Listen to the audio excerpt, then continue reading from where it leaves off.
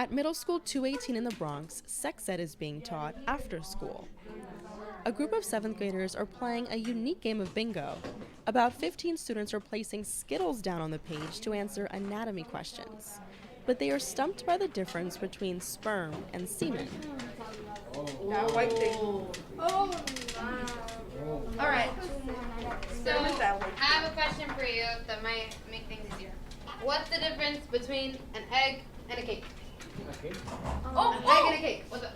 You use the egg to make the cake. Yeah. Exactly. So you need sperm to make semen.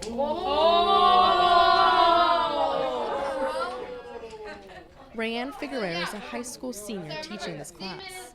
She took this lesson when she was in middle school and has been trained to lead it. Just Ask Me or Jam is a peer-led after-school program teaching sex education. She says having a peer teach sex ed is more relatable than some older newbie. Because I kind of know their lingo and kind of what their thought process is. We kind of get each other. About 12 years ago, students who were concerned about teen pregnancy rates developed JAM with founder Nicole Jennings. Jennings says that if these topics aren't comfortable to talk about, then kids will feel ashamed. Although sex ed is mandated in New York City, it's often taught, at least at the school we're based at, it's taught by the phys ed teacher who's really uncomfortable talking about this stuff, is not properly trained.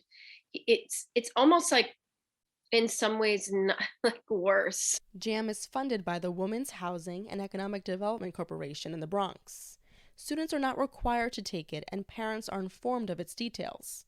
Topics like consent, STIs, and gender are covered. JAM student Allison says she learned something new about menstruation today.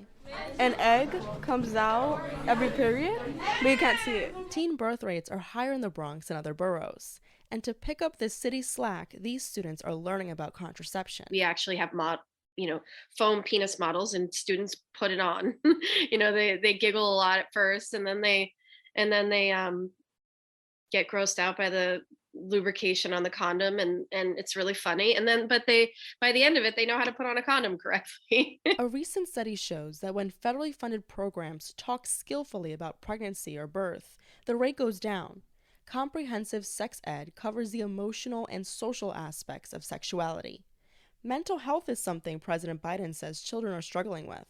He announced this during his State of the Union speech last month.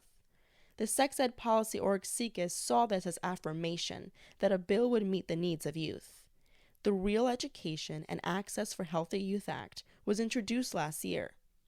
In the meantime, JAM is growing to teach 3rd through 5th graders about familial love and introduce what LGBTQ means. For the Mont Haven Herald, I'm Paige Perez.